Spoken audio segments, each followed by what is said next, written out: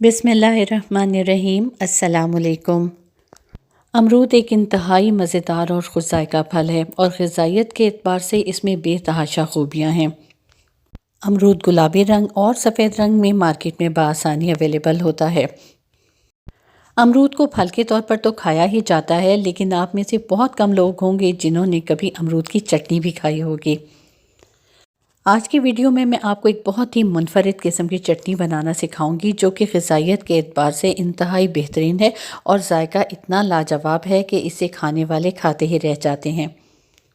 अमरूद से तैयार की जाने वाली ये चटनी जब आप एक मर्तबा बनाकर खाएंगे तो फिर आपको इसके बार बार बनाने को दिल चाहेगा।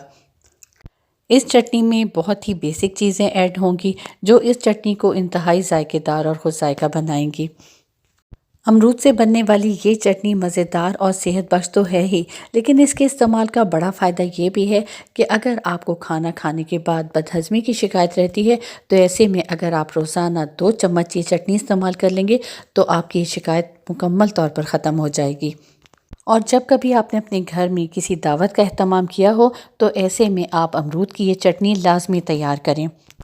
जायके के एतबार से ये चटनी क्योंकि आम चटनियों से मुख्तलिफ होगी, इसलिए आपके मेहमानों को ये चटनी बेहद पसंद आएगी।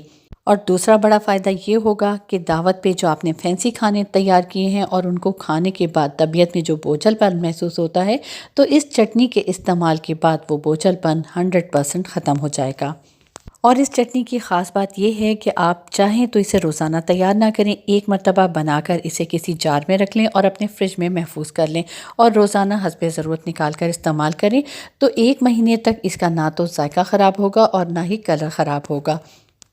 आज की वीडियो में मैं ना सिर्फ आपको ये मज़ेदार अमरूद की चटनी बनाना सिखाऊंगी बल्कि वीडियो के आखिर में कुछ बहुत अच्छे टिप्स दूंगी जिनको इस्तेमाल करके आप इस चटनी को 1 महीने के लिए महफूज भी कर सकते हैं, जिससे इसके टेस्ट में बिल्कुल भी कोई फ़र्क नहीं आएगा और कलर भी इसी तरह ग्रीन रहेगा। तो चलें वीडियो स्टार्ट करते हैं, लेकिन उससे पहले मैं हमेशा की तरह कहूँगी कि अगर आप मेरे चैनल पर नए हैं तो इसे लाइक और सब्सक्राइब कर लें, बेल आइकॉन को प्रेस करें ताकि नई वीडियोस का नोटिफिकेशन आपको टाइम से मिल जाए। कमेंट ज़रूर दें और मेरी वीडियोस को ज़्यादा से ज़्यादा लोगों में शेयर करें ताकि वो भी इस अमरूद की चटनी को बआसानी घर पर तैयार कर लें और इस मुनफरिद सी चटनी को ना सिर्फ ये कि ख़ुद खाएँ बल्कि अपने मेहमानों को भी खिलाकर दाद वसूल करें। अमरूद की इस चटनी को तैयार करने के लिए आपको एक अदद दरमियाने साइज़ का अमरूद चाहिए होगा और अगर आप ज़्यादा क्वांटिटी में चटनी तैयार करना चाहते हैं तो आप 2 से 3 अमरूदों का इस्तेमाल भी कर सकते हैं। अमरूद की चटनी तैयार करने के लिए आपको अमरूद कुछ इस क्वालिटी के लेने हैं कि ना तो वो बहुत ज़्यादा पके हुए हों और ना ही कच्चे हों। चटनी तैयार करने के लिए आप अमरूद को पहले बहुत अच्छे तरीके से धो लें। अब अगर अमरूद दरमियाना पका हुआ है, यानी ना तो बहुत कच्चा है और ना ही बहुत ज़्यादा पका हुआ है, तो ऐसे में आप अमरूद को 2 तरीक़ों से इस्तेमाल कर सकते हैं। एक तरीका तो ये है कि अमरूद को आप बीज समेत इस्तेमाल करेंगे और दूसरा तरीका ये है कि आप इसे बग़ैर बीज के भी इस्तेमाल कर सकते हैं। पहले अमरूद को दरमियान से काटें। अगर आपको महसूस हो कि इसके बीज नरम हैं तो फिर आप इसे बीज समेत ही इस्तेमाल कर लें, क्योंकि बीज भी हमारी सेहत के लिए इंतहाई मुफीद होते हैं। और अगर अमरूद के बीज सख्त हैं तो आप उन्हें रिमूव कर दें और उसके बाद अमरूद के छोटे छोटे पीसेस कर लें। मैं जिस अमरूद की चटनी बनाने लगी हूँ वो वैसे तो पका हुआ नज़र आ रहा था, लेकिन जब मैंने उसे दरमियान से काटा तो उसके बीज कुछ सख्त थे, इसलिए मैंने उसके बीजों को रिमूव कर दिया है और आप देख सकते हैं कि मैंने बकिया अमरूद के छोटे छोटे पीसेस कर लिए हैं। मैं साथ साथ इस चटनी के कुछ फ़वाइद भी बताती चलूँ कि इस चटनी का इस्तेमाल ब्लड प्रेशर के मरीज़ों के लिए इंतहाई मुफीद है और क्योंकि इस चटनी में विटामिन ए और सी काफ़ी क्वांटिटी में है जो कि आपकी इम्यूनिटी को भी स्ट्रॉन्ग करेगा। अमरूद की इस चटनी के सारे स्टेप्स को आप फॉलो करें। सबसे पहले आप एक ब्लेंडिंग जार ले लें और उसमें सिर्फ अमरूद के पीसेस डालकर इसको ब्लेंड कर लें। ये देखिए, मैंने अमरूद को ब्लेंडिंग जार में ब्लेंड कर लिया था और यहाँ मैंने पानी का इस्तेमाल बिल्कुल भी नहीं किया था। अब इसमें एक और चीज़ ऐड की जाएगी और वो है सब्ज़ धनिया। मैं यहाँ सब्ज़ धनिए को पत्तियों और डंडियों समेत इस्तेमाल करूँगी। इस तरह से ये चटनी और ज़्यादा जायकेदार होगी। आपने सब्ज़ धनिया को डंडियों समेत इस्तेमाल करना है। पहले इसको अच्छे तरीके से धो लें, छोटे छोटे पीसेस कर लें और उसके बाद आप इसे ब्लेंडिंग जार में डाल दें। इस चटनी के इस्तेमाल का एक और बड़ा फ़ायदा ये है कि ये एंजाइटी और डिप्रेशन को भी कम करता है। इसके साथ साथ शुगर पेशेंट्स के लिए भी इंतहाई मुफीद है।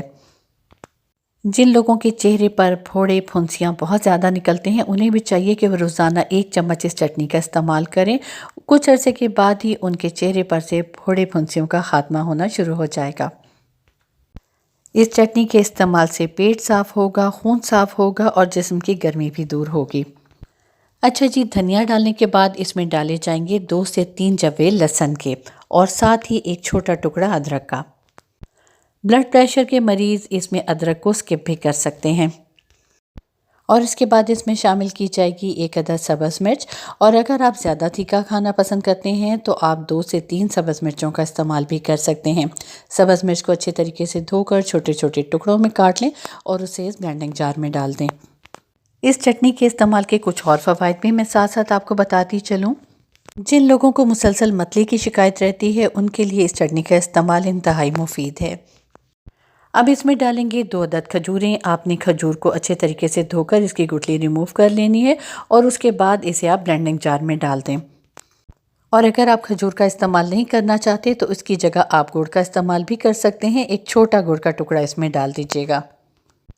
इसके बाद इसमें 1 लीमू का रस ऐड किया जाएगा। लीमू को दरमियान से काट कर इसके बीज निकाल लें और रस को इस ब्लेंडिंग जार में निचोड़ दें। अब इन सारी चीज़ों को आपने खूब अच्छे तरीके से ब्लेंड कर लेना है। आपने कोशिश करनी है कि आप इस चटनी में पानी का इस्तेमाल ना करें। इसमें जो हमने अज़ा ऐड किए हैं उनके अंदर अपना पानी काफ़ी ज़्यादा होता है, तो उसी में यह चटनी पिस जाएगी। लेकिन अगर आपको महसूस हो रहा है कि इसमें पानी की ज़रूरत है तो आप पहले इसमें 1 टेबलस्पून पानी डालें और अगर तब भी आपको लगे कि चटनी बारीक नहीं पिस रही तो फिर मज़ीद 1 टेबलस्पून पानी ऐड किया जा सकता है। ब्लेंड करने के बाद इसमें कुछ खुश्क मसाले भी डाले जाएंगे, वो मैं आपको एक एक करके बताती हूँ। ये देखिए, मैंने सारी चीज़ों को बहुत अच्छे से बारीक पीस लिया है। अब बारी आती है इसमें कुछ खुश्क मसाले ऐड करने की, वो भी आप एक एक करके नोट करते जाएं। सबसे पहले इसमें डाला जाएगा 1/2 टीस्पून काला नमक। आपने इसमें काला नमक ज़रूर ऐड करना है। काला नमक डालने से इसका टेस्ट बहुत अच्छा आता है। और फिर इसमें शामिल करेंगे 1/2 टीस्पून सफ़ेद ज़ीरा। ये दोनों चीज़ें डालने के बाद आप इस चटनी को कुछ सेकंड्स के लिए दोबारा से ब्लेंड कर लें। मैंने खुश्क मसाले डालने से पहले इस चटनी में पानी का इस्तेमाल नहीं किया था, लेकिन मुझे अब लग रहा है कि ये चटनी काफ़ी थिक है और इसे पिसने में थोड़ा सा प्रॉब्लम होगा, इसलिए इसमें मैं 2 टीस्पून पानी के ऐड कर रही हूँ ताकि ये बहुत आसानी से ब्लेंड हो जाए। लेकिन आप जब इस चटनी को तैयार करें और आपको लगे कि इसमें पानी की ज़रूरत नहीं है तो कोशिश करें कि बिल्कुल भी पानी का इस्तेमाल ना करें। ये देखिए, मैंने ज़ीरा और काला नमक डालने के बाद इस चटनी को दोबारा से ब्लेंड कर लिया था और आप इसका कलर देख सकते हैं कि कितना फ़्रेश कलर है और खुशबू भी बहुत ज़बरदस्त है और खाने में तो ये बेहद खुश जायका होगी। अब अगर आपने इसे फ़ौरी तौर पर इस्तेमाल करना है तो अपनी पसंद के किसी भी बोल में इसे निकाल लें और इसे इस्तेमाल करें। लेकिन अगर आप इस चटनी को कुछ अरसे के लिए महफूज करना चाहते हैं तो आप इसे किसी जार में रखकर फ्रिज में रख लें। और आप अगर इसे 1 महीने के लिए महफूज करना चाहते हैं तो मैं आपको एक ज़बरदस्त सी टिप देने लगी हूँ। और वो टिप ये है कि जब आप इस सारी चटनी को ब्लेंड कर चुके हैं तो आखिर में इसमें 1 टीस्पून सफ़ेद सिरके का ऐड कर दें और इसे एक दफ़ा दोबारा से मिक्स कर लें। इस तरह से ये चटनी आप 1 महीने तक इस्तेमाल कर सकेंगे। इसका ना तो कलर ख़राब होगा और ना ही जायका ख़राब होगा।